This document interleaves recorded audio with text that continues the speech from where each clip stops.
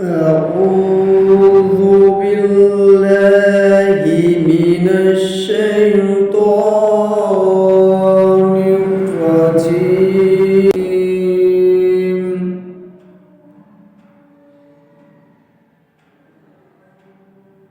بسم الله الرحمن الرحيم.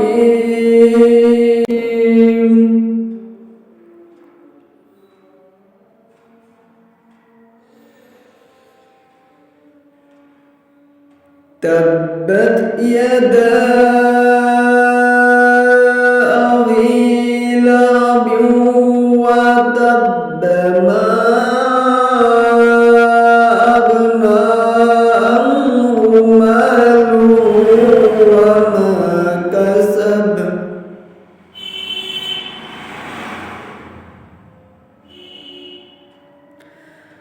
سيصلى نارا ذات لهب